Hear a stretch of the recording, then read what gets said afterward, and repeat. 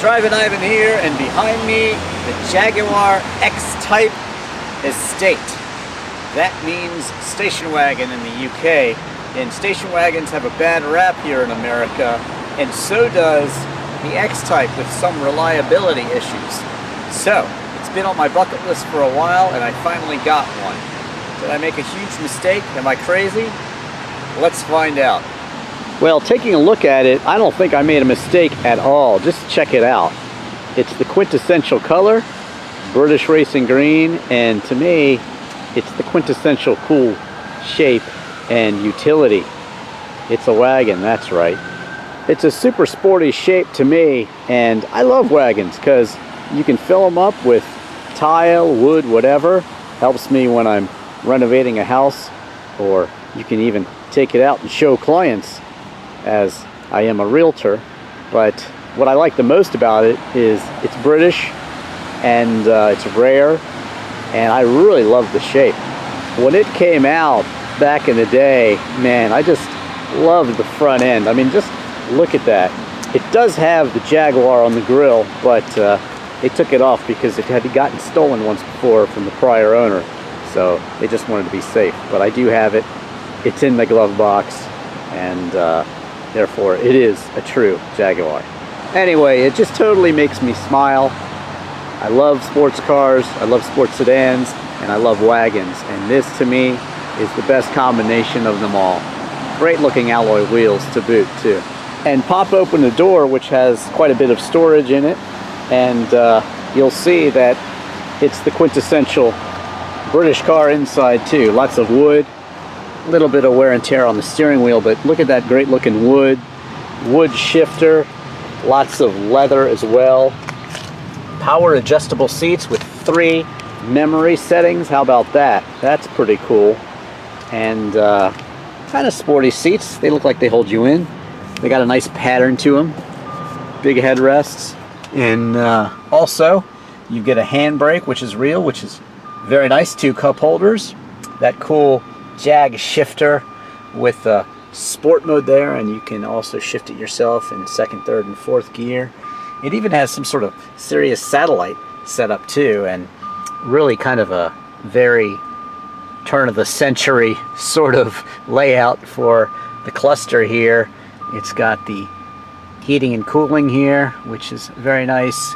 Heated seats, and this quirky kind of radio control, but I have figured out how to use it. You just basically scroll through the stations here, and you can have a bunch of presets over here. It even has Bluetooth, which you can control on the steering wheel, and of course that's very important to have on your steering wheel. But you can scroll through the channels and select the volume as well, and here you have the cruise control, and I really like it. It's very easy to operate.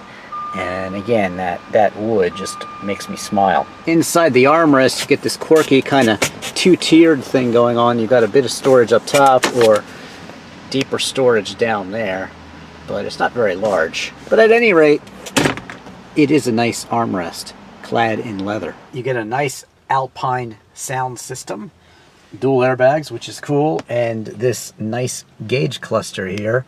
And you get a large tachometer, speedometer too. It even tells you things like your range, and I think that's pretty cool. Out and back, sort of standard seating for 3 across, and also the standard pull-down armrest with 2 cup holders. That's nice to have. Plus, you know, being an English car, you have to have your ashtray too. Pop open the trunk here, and you can see that it has a very large trunk area. I've taken the liberty of folding the seats down to show you just how much room it has, and that to me is a big draw to these estates. You get the best of every world, I think. It's got the sedan's looks. I think the station wagon looks cooler, and yeah, this is awesome. Underneath you get a spare tire, which really looks like it hasn't been used at all. There's some spare bulbs in here, but you get a charger back here and more storage here as well. Plus a big speaker back here if you want to be tailgating. And if all that's not enough room for you, well look, we even get a roof rack too. And you even get a sunroof. Not too much use on this very British day. So there you go. The interior is very British and has that nice sophisticated style with wood and leather everywhere, and it's very comfortable to me. I like it. I like the look too.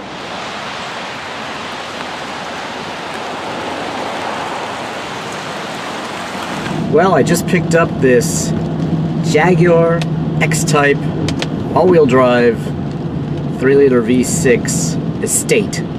That's right, it's an Estate.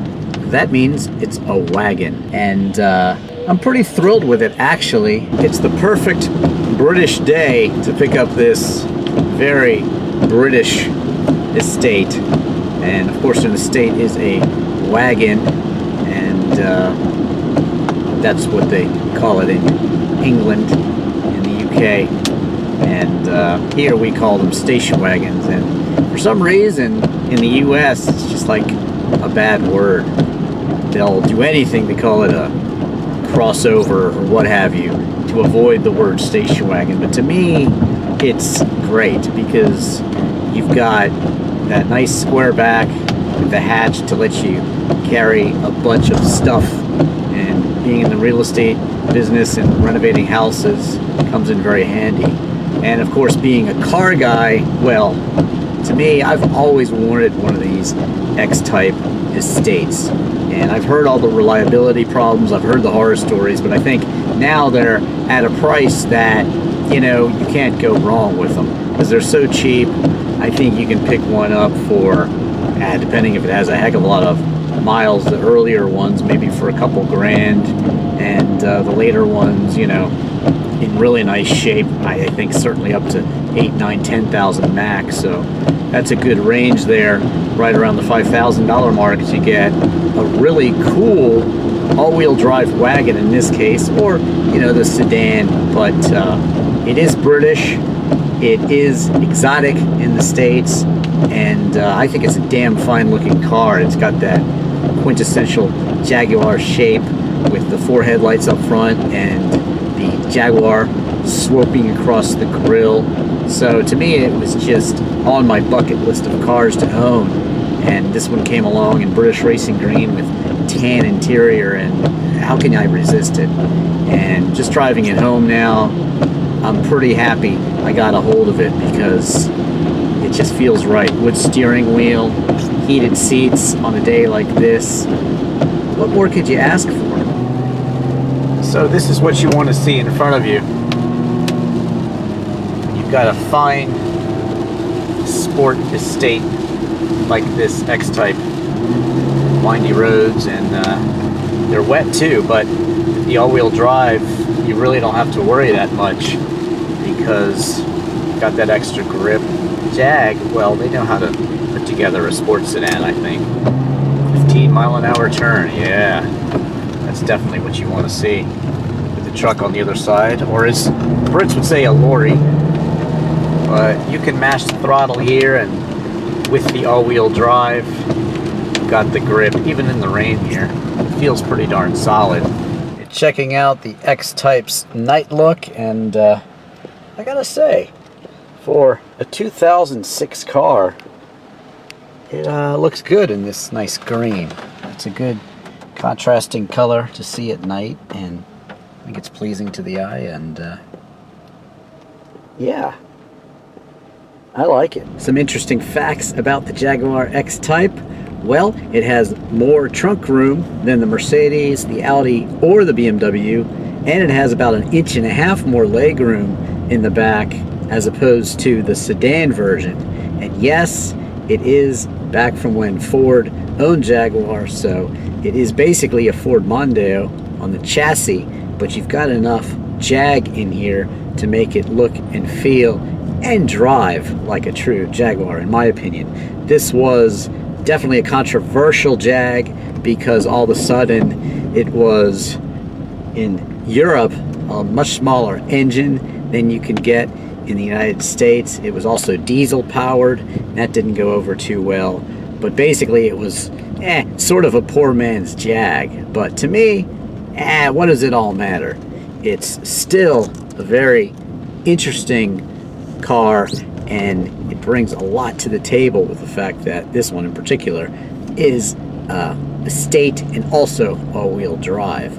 Jaguar's Traction 4 full-time all-wheel drive system sends 60% of the power to the rear and 40% up front, and that's to kind of keep it feeling like a rear-wheel drive sports sedan, or in this case, estate. It uses a planetary center differential with a viscous coupling to manage power front to back. So powering this Jag is a 3-liter V6, and it makes 227 horsepower and 206 pound-feet of torque.